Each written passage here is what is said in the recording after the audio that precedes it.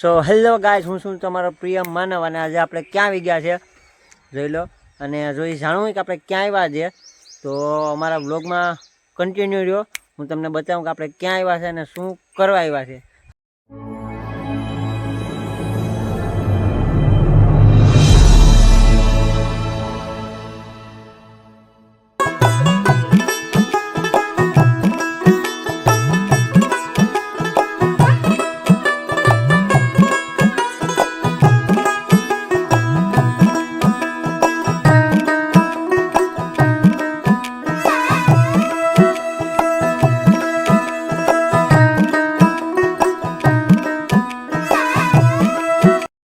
Hello મિત્રો, આજે આપણે આવી ગયા છે કિષ્કંદેશ્વર મહાદેવની ગુફાએ, જેને આપણે પાંચ પાંડવની ગુફા તરીકે ઓળખવા આવીએ છીએ. અને આજે આપણે એ મંદિરનો ઇતિહાસ અને મંદિરના જે ચારે બાજુ વ્યૂ છે, જે જંગલની વચારે છે, તેના વિશે જાણીશું. તો ચાલો હું તમને મંદિરનો અંદરનો વ્યૂ અને મંદિરનો ઇતિહાસ બતાવું.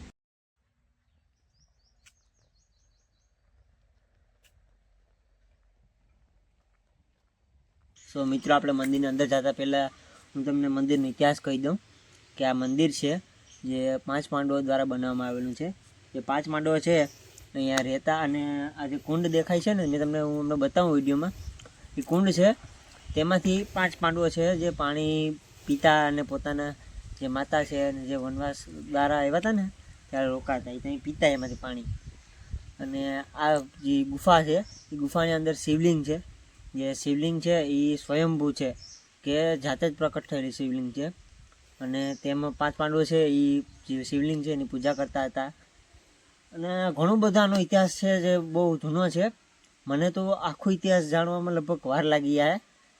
તો મિત્રો, આપણે મંદિરની અંદર જતા પહેલાં તો કે કહેવાય છે ને કે ભગવાન શ્રી ગણેશ અને હનુમાનજી એમના વગર બધું અધૂરું છે. તો તેમજ આ રીતે અહીંયા જ જો એક બાજુ ગણપતિ બાપા અને એક બાજુ હનુમાનજી મહારાજ છે. તે મંદિરની અંદર જતા પહેલાં જ જે તેમની બે ડેરીઓ આવેલી છે. તો ચાલો હું તમને બતાવું અને આપણે પહેલાં એના દર્શન કરીએ.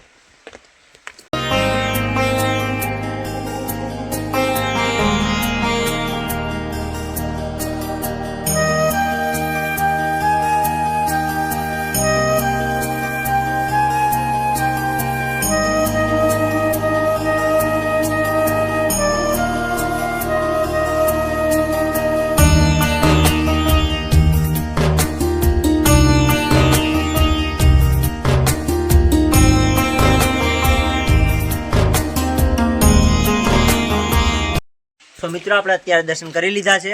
હવે આપણા મંદિરના અંદર જશું. એની પહેલાં જે એક સુંદર મજાની નદી છે, જે અહીંયા પાણી સુકાતું નથી, તો હું તમને નદી પણ બતાવું અને નદીનો જે ચારે બાજુનો જે મસ્ત વ્યૂ છે ને એ બતાવું. ચાલો.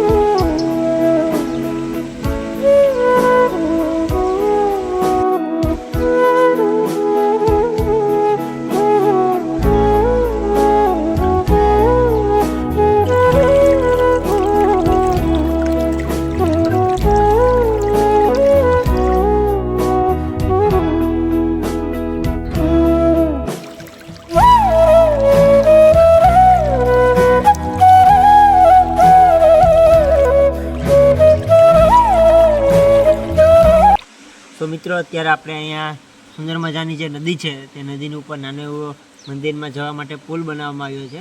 તે પુલ ઉપર આપણે અત્યારે બેઠા છે અને નદીનો સુંદર વ્યૂ છે એ આપણે નિહાળી રહ્યા છીએ. હવે હું તમને થોડા જ ટાઈમમાં મંદિરની અંદર લઈ જઈશ. અને હા, સિંહ દર્શન કર્યા વગર તો હાલે જ નહીં એમ ને. આપણે સિંહ દર્શન પણ કરીશું, પણ કંઈ દર્શન કરી ફરી અને પછી આપણે જઈશું સિંહ દર્શન કરવા. તો પછી એના માટે તમારા લોકોમાં કન્ટિન્યુ રહેવું પડશે. એટલે કન્ટિન્યુ થોડાક, એટલે મજા આવે તમને એમ. હાલો તો પહેલાં એ દર્શન કરતા આવીએ. ઠીક.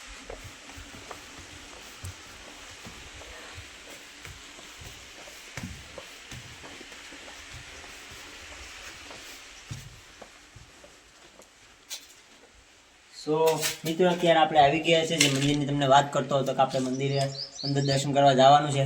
તો એ મંદિર છે જે ગુફાની અંદર આવેલું છે અને જે મંદિર છે તે 5 પાંડવો દ્વારા બનાવવામાં આવેલું છે. અને અહીંયાનું જે શિવલિંગ છે ને તે સ્વયંભૂ છે, કહેવાય છે ને કે પોતે પ્રકટ થયેલું છે એ શિવલિંગ છે. હવે આપણે અંદર શિવલિંગ જોઈશું કે કઈ રીતના એ શિવલિંગ છે અને કેવો આકાર છે શિવલિંગનો. જો કે આકાર તો તમને બધાને ખબર છે કે શિવલિંગનો આકાર શિવલિંગ જેવો જ હોય છે. તો એ હાલ તમને બતાવો.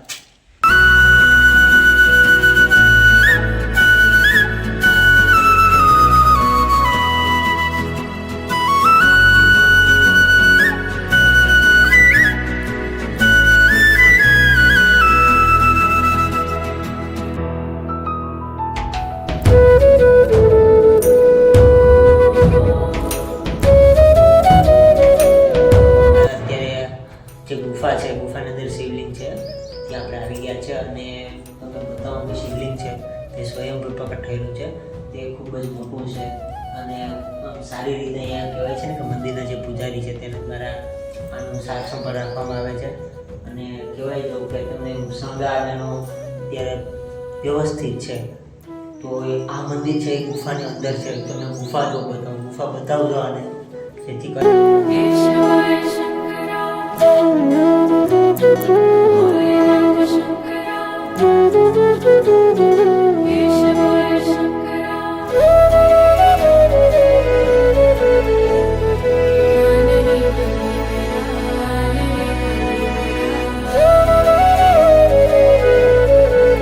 આપણે અત્યારે મહાદેવના દર્શન કરી લીધા છે અને બાજુમાં પણ કહેવાય છે ગુફા આવેલી છે. તો આપણે એ ગુફા પણ જોવા જશું કે કેવી છે ગુફા. તો ચાલો તમને બતાવો.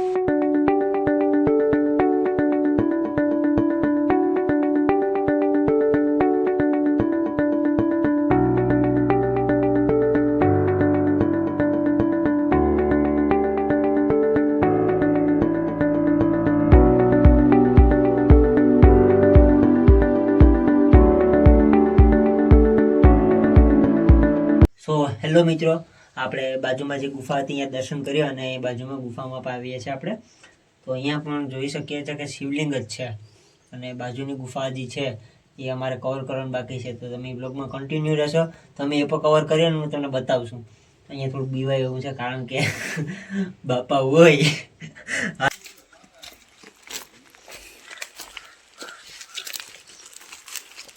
તો મિત્રો આ ગુફા તો બહુ મોટી છે, એને આપણે કવર કરશું આજે અને અંદર જશું. અંદર જતાં પહેલાં આપણે આપણી ફોનની જે ફ્લેશ લાઇટ છે એ ચાલુ કરી દઈશું. એનું કારણ એ છે કે અહીંયા પાછી એક તો જંગલ છે અને જંગલની આપણે ખબર જ છે કે અહીંયા સાપ ને એવા જીવજંતુ ઘણા હોય છે, ઘણા જાનવર હોય છે.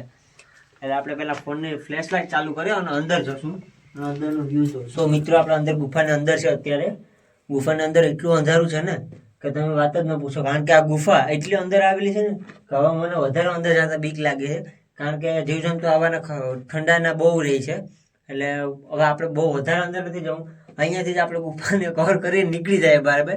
કારણ કે અહીંયા હોય જ છે, તમને બધાને ખબર જ છે કે આ હોય. સો મિત્રો અત્યારે આપણે અહીંયા જે 5 પાંડવો આવ્યા હતા એની આ ચોથી ગુફા છે. ચોથી ગુફાની અંદર અત્યારે હું અહીંયા બેઠો છું. અહીંયા એટલા માટે બેઠો છું કે અહીંયા ઊભું રહેવાની પણ જગ્યા નથી, એટલી નાની ગુફા છે. અને આ પણ ખૂબ જ અંદર સુધી છે ગુફા. અહીંયા એટલું અંધારું નથી, કારણ એનું કારણ એ છે કે અહીંયા સામે છે તે પ્રકાશ આવે છે અને પ્રકાશના હિસાબે અહીંયા વધારે એટલું પૂરતું અંધારું છે એટલે આપણે બ્લોગ અહીંયા બનાવી શકીએ. અહીંયા કોઈ એવા જીવજંતુની કે બીક છે નહીં. તો એ છતાં હું આગળ કવર કરવા નથી માગતો. આગળ આપણે જે જંગલમાં અંદર જવાનું છે એ તમને આગળનો બતાવું તમને. હવે ચાલો તો.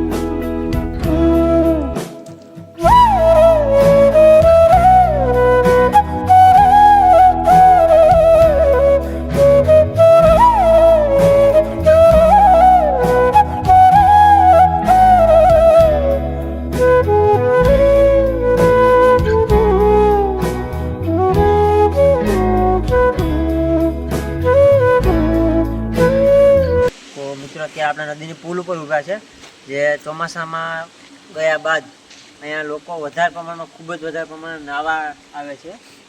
તો એ આ કુંડમાં નાય છે. જો કુંડ બતાવું તમને, આ કુંડમાં નાય છે અને કુંડ એટલો ઊંડો પણ નથી. અહીંયા કહેવાય છે ને કે અહીંયા સ્નાન કરવાથી આપણા જે પાપ છે એ ધોવાઈ જાય છે. ધોવાઈ જ જતા છે, કારણ કે મહાદેવ છે, મહાદેવ અહીંયા પાપ ધોવાઈ જ જાય. હવે બીજું કારણ એ છે કે આ નદીમાં નાતા પહેલાં છે ને વિચારવું, કારણ કે જે આ નદી છે એ જંગલમાં થઈને આવે છે અને જંગલમાં મગરો જે છે એનું પ્રમાણ ખૂબ જ વધારે હોય છે. અને અહીંયા જ્યાં નદી છે તેમાં ઘણી વખત મગરો પણ આવ્યા છે. જેથી તમે નાહવા આવો ને તો એક વખત પહેલાં ચારે બાજુ જોઈ લેવું, જેથી કરીને તમે નાહી શકો સરળતાથી. બાકી મગરનો શિકાર થઈ જાઓ, પછી કહેતા નહીં કે માનવભાઈ કીધું નહીં બ્લોગમાં. ઠીક છે ને, હાલો જંગલમાં.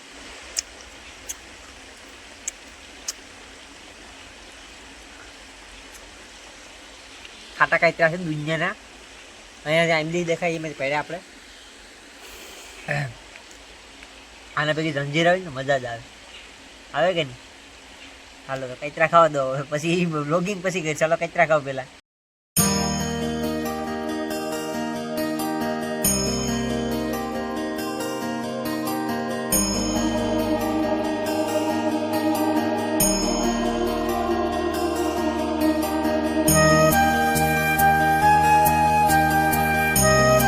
આપણે પાંચ પાંડવ મંદિર છે, એની ઉપર આ જંગલ છે. જંગલની અંદર આપણે જાશું. આજે સિંહ આપણે ગોતીને જ રહેવાનો છે. સિંહ જોઈ આવું કે જવાનું થતો નથી. ચાલો આપણે સિંહ જોવા જાય છે.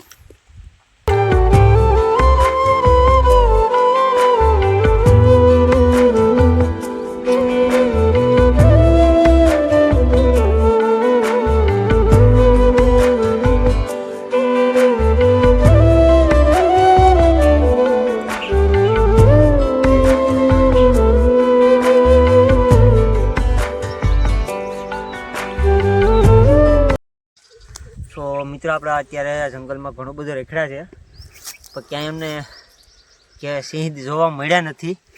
હવે હું તમને સિંહ બતાવીશ, તો અમે જ્યારે સાસણ જશું ને ત્યારે હું તમને ચોક્કસ સિંહ દેખાડીશ. અત્યારે મારો શ્વાસ પણ ફૂલી ગયો છે, કારણ કે એટલું રેખડા છે ને કે થાકી ગયા અમે અત્યારે, પણ સિંહ ક્યાં જોવા ન મળ્યો. હવે હું તમને આગળની ટ્રીપ પછી જ્યારે પણ અમે સાસણ જશું ત્યારે હું તમને ચોક્કસ સિંહ દેખાડીશ.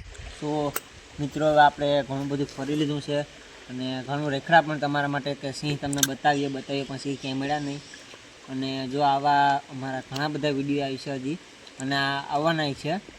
હવે તો હું તમને જો એ વિડીયો જોવો હોય ને તો અમારી ચેનલ છે લવલી બ્રધર્સ ઓન કોમેડી, એને સબસ્ક્રાઈબ કરો. ચેનલનું બેલ આઇકન છે ત્યાં નીચે દેખાય ને, એને પ્રેસ કરો, જેથી અમારી તમામ વિડીયોની નોટિફિકેશન છે એ તમને મળી રહે અને તમે અમારા વિડીયો જોઈ શકો. અને ઇન્સ્ટાગ્રામમાં પણ અમારી આઈડી છે લવલી બ્રધર્સ ઓન કોમેડી, તો તેને ફોલો કરો, તેના વિડીયોને શેર કરો, લાઇક કરો, કમેન્ટ કરો. અને હા, અમારી જોડે છે ને આવનારા વિડીયો જોવા માટે બન્યા રહો.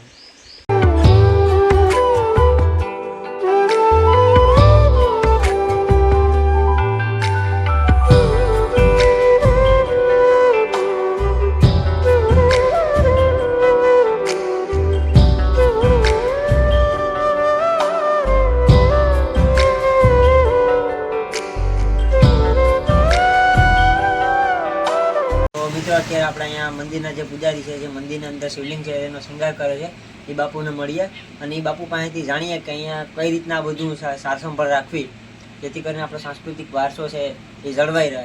તો આપણે બાપુની પાસેથી આપણે મંદિર છે એની જાળવણી માટે અને સારસંભાળ માટે લોકોને તમે શું કહેવા માંગો?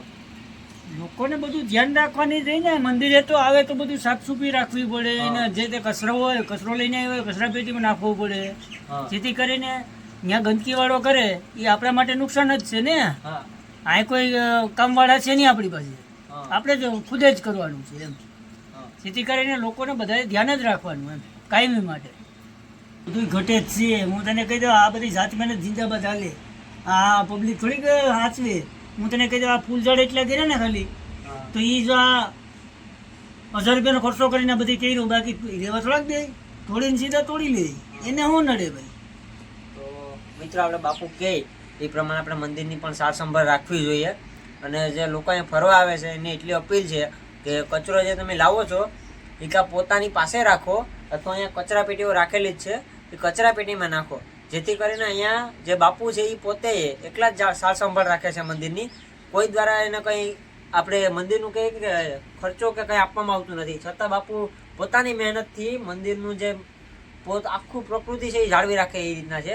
હવે તો મિત્રો હું તમને બસ ખાલી એટલી જ અપીલ કરીશ કે વધુ કંઈ નહીં, અહીંયા ફરવા આવો, સારી જગ્યા છે.